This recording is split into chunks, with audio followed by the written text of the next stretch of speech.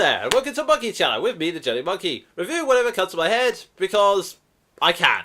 Yep, this is a brand new low-budget series that allows me to get reviews out more often, as well as to review stuff that I don't normally get to do on this channel. But to ease you into the concept, this one is going to be video game related. The Sonic fan film, ladies and gentlemen. The film I'm talking about is currently on YouTube and several other sites, but I will leave a link in the description below, or maybe to the side, depending on what layout YouTube has these days. The film itself was made by a guy named Eddie LeBourne, who also owns something called, I think it's Blue Core Studios. They're the same guys who made the Mega Man fan film, if that means anything to anyone. It doesn't to me, I never saw it. The actual purpose of this film depends on who you talk to. On some sites, it's just listed as a fan film. Other sites, it's said that this is a retelling of the Sonic universe in a kind of Sir Spielberg action style. Whilst on some websites, he's actually put it down as a spec film, which basically means he's using this as a pilot for a longer movie or even a TV series. But whatever his purpose, I do have to admit, I do kind of admire the man for just getting his name out there and doing it, rather than dreaming what could it be if it was a live action movie. He had an extremely limited budget, and it does kind of show, but I don't want to hold it against the guy. When you consider that it's just one guy doing everything, I can forgive all the flaws and technical glitches in this movie and the awkward CGI, as long as the story behind it is entertaining. Now obviously, the question that follows that, is the story entertaining? It's not terrible. In fact, the first 6 minutes of the movie are actually really good. We begin with a sinister armada of ships making their way across the sky, people staring up in horror as these ships approach them. We then get news flashes saying, Dr. Kintovor has launched an attack against humanity, using a lot of robots. We then cut to some footage of our villain saying, Dr. Kintovor is no more. You may call me Dr. Robotnik. The humans launch a counterattack against Kintovor, but it looks hopeless. Time passes, and we see that Dr. Robotnik now rules with an iron fist. There are news stories talking about a mysterious entity called the Blue Blur that's messing with Robotnik, but no one knows if he really exists.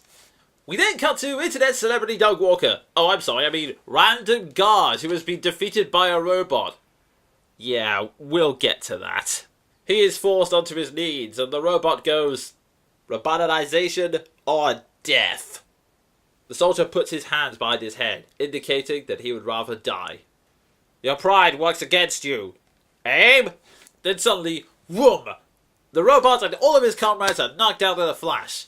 The soldier gets up, confused by what's going on, and he sees his savior, Sonic, in his full CGI glory, who stands up and proudly says, Way past cool, huh? I'm sorry, I know this looks mean, but one line was all it took to completely demolish the serious dark atmosphere you've had up to this point. You see, the film has one major flaw, and it runs throughout the entire story, which is that Eddie LeBourne doesn't really know what he wants with this movie. Now, I've said he wants to make this like a Spielberg action flick, and by Eddie LeBourne's interpretation, that means a serious action film that isn't afraid to make fun of itself or just have a good laugh. The problem is, it doesn't have any laughs at all. Like, the only thing that can qualify as laughs is the fact that Sonic is constantly espousing 90s slang in 2012. And also decided to get Jaleel White to play Sonic. Now, for those who don't know, Jaleel White voiced Sonic in the cartoons of the 90s, The Adventures of Sonic the Hedgehog and Sonic the Hedgehog, although most people just call that cartoon Sat AM. His website makes this big claim about how this is really important to this movie, but honestly, I think it's one of the film's weaknesses. I've nothing against Jaleel White, but the thing is, the only people who give a damn if he's the voice of Sonic in this movie are people who grew up with the cartoons of the 90s. The only good thing about getting a guy who hasn't played the part in 10 years is a nostalgia grab, and I don't think that should be the core purpose of your film. If this really was a spec film to give to Sega and say, this is what a film could be, you shouldn't be making all of these desperate grabs to get the appeal of fans and guys on the internet. Speaking of which, back to the celebrity cameos. You have celebrity... I've already mentioned Doug Walker, aka the Nostalgia Critic, but this film is packed with internet celebrity cameos. You have James Rolfe, the angry video game nerd. You have a guy called Stammering Craig, who I'm told is apparently really, really famous. There's also Bertolt Floss, the music composer, who's one of the people that's standing there staring at the ships, and the camera focuses on him for a long time, I might add. But just getting these celebrities and presenting them front and center, this is the internet equivalent of getting Samuel L. Jackson in your film and then having him be a pizza man. What I'm supposed to be taking from these scenes is, oh my god, Robotnik's about to take over the world. What are we going to do? And instead, I'm thinking, oh my god, Doug Walker's in this movie.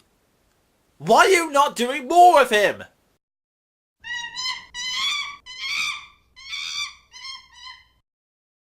And the story is supposed to be a retelling of the classic Sonic games, except you've got elements from the 3D games just forcefully shoved in there as well, like the egg carrier, the E-Series robots, you know, the ones with the big guns.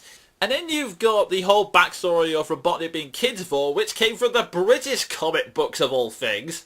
What I'm trying to say is that there are so many conflicting elements that shouldn't really belong, and they're just crammed into this movie, and it just doesn't work. It comes off as really, really jarring.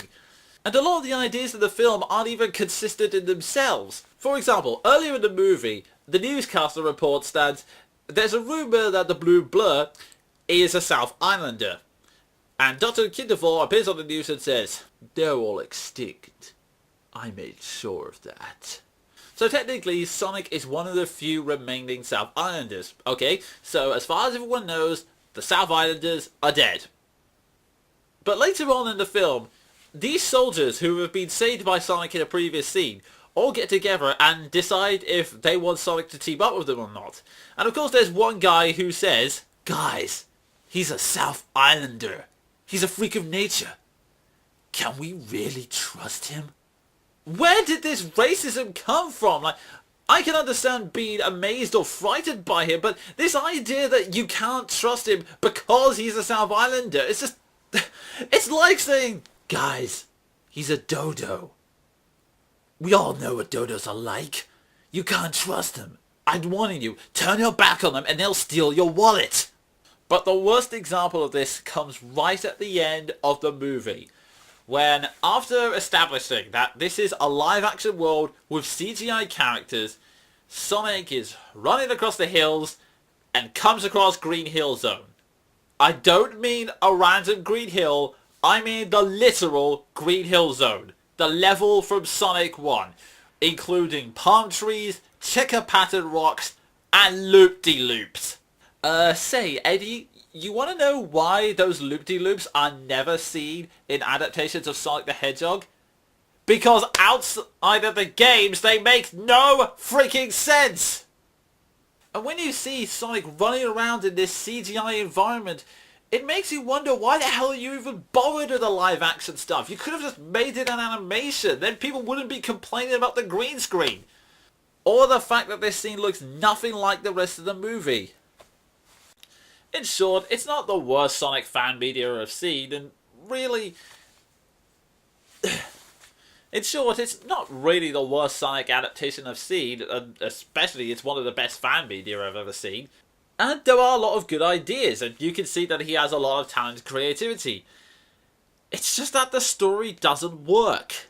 If you are going to make a fan film, decide what it's going to be, and who it's for, and what resources you're pulling from. Don't try and cram everything in and appeal to all audiences, because at best you're going to look indecisive, and at worst you're going to look desperate. I've been the Jonin Monkey, and until next time, cheerio.